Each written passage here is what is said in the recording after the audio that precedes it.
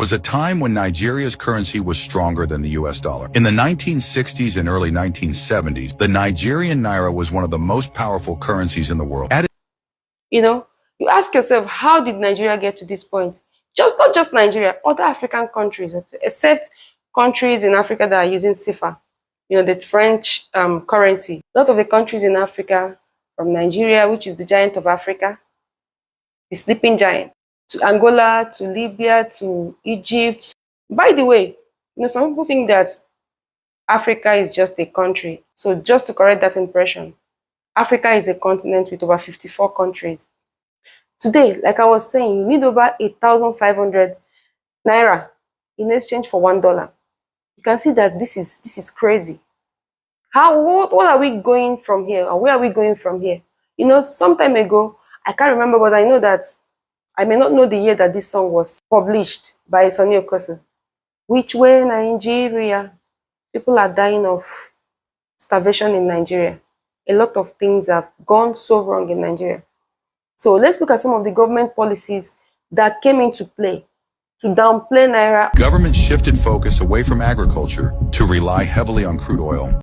Who made the tragic decisions that got Naira to this bad fall? In 1973, under the leadership of Yakubu Gowon, Nigeria had a very promising economy. Nigeria introduced the Naira to replace the British pounds, which was being used as a legal tender in the Nigerian economy. So as time went on, Nigeria was exporting majorly on oil products, and petrodollar was flowing in. Nigerian economy looked very promising. There was middle class, and then came the 1980s when the oil prices started crashing. Nigeria was still enjoying the prosperity of oil, so it was only reliant on oil economy as the only source of income into the country. Under Shehu Shagari in the 1980s, who became the leader of the Nigerian economy, or the Nigerian state. When Shehu Shagari became the president of Nigeria, Nigeria was already bottled down with debts. Importation soared so high, and there was no other diversification of the Nigerian economy. It was solely reliant on oil in the 80s. Then it continued like that up until 1983 to 84, when Shehu Shagari handed over to Muhammadu Buhari. Muhammadu Buhari became the president of Nigeria, but it was just short-lived. His first tenure, 1983 to 1985. So he tried to contain the whole issues and crisis in Nigeria, in the Nigerian economy, with austerity and import restrictions. But it didn't last. He was ousted by Ibrahim Babangida, who came into power in 1985 and was there up until 1983. That was when the major blow against Nigerian economy was done. He introduced and implemented structural adjustment program. To him, under the directions of IMF and World Bank. So the SAP program, structural adjustment program, was meant, or the demands of the structural adjustment program was for privatization, currency devaluation, for Naira to be devalued, and also to remove subsidies. And the goal was to make the economy competitive. But the result the Nigerian government saw was Naira collapsed. Naira became undervalued. So the structural adjustment program introduced by the World Bank and the IMF, that is International Monetary Fund, into the Nigerian economy saps Nigerian economy. From the $1 it used to be to 1 Naira, $1 to 10 Naira, it happened like that from the 1986 it was introduced into the Nigerian economy up until the early 90s. And the middle class was broken. So in 1993 came the leadership of Sani Abacha. And under Sani Abacha, Naira fell even further, and the levels of corruption became insanely high. Money in the treasury of Nigeria, all of them, the billions of dollars that was kept in the treasury of Nigeria, vanished. So by 1999, Nigeria entered the democratic era, and it was chaired by Olusegun Obasanjo, who became the first elected Nigerian democratic president. So under Obasanjo, Nigeria tried to pay off some of the debt it was already owing. Nigeria tried to do a lot of economic reforms under President Obasanjo. But still, the damage has already been done. Nigeria was already deep tech. From $1 to 1 Naira, it became $1 to 100 Naira, or 130 Naira thereabouts. So you can see, Obasanjo handed over to Yaradua, but we can't talk much about Yaradua because he wasn't there for too long. So let's talk about Goodluck Jonathan. Under Goodluck Jonathan, the Naira was still so high. It was about 300, 360 to a dollar. The corruption was still there. Some of the economic reforms were done, but it wasn't so substantial to keep Nigerian economy.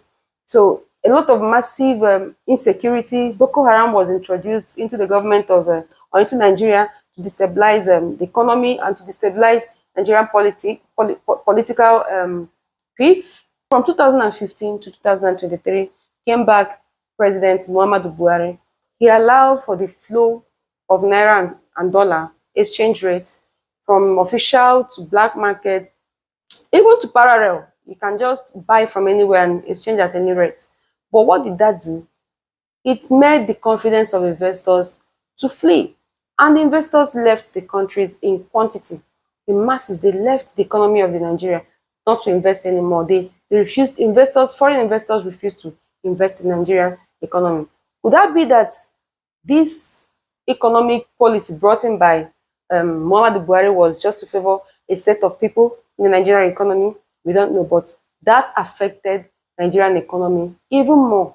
Nigerian currency devalued the more. So Nigerian Muhammadu Buhari's government, Nigerian economy even became more worse because of the bad economic policies or bad monetary policies made by the Central Bank of Nigerian director, Godwin Emefiele. Central Bank of Nigerian economic policies worsened the whole situation. From the 360 to $1, Nigerian naira became 700 to 800 naira in the black market to $1. And it has continued like that up until 2023. So in 2023, President Ahmed Tinubu became the leader of Nigeria up until now. What has he done with the naira? He floated the naira.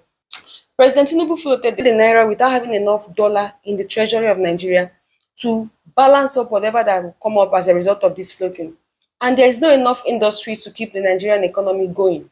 So you can see all these policies that Nigerian government since the 1970s up till now has been making, they've all been all faulty economic policies. Because some of these policies would have resuscitated Nigerian economy if they were okay. Corruption, looting of Nigerian funds, insecurity has taken deep root into the Nigerian economic system.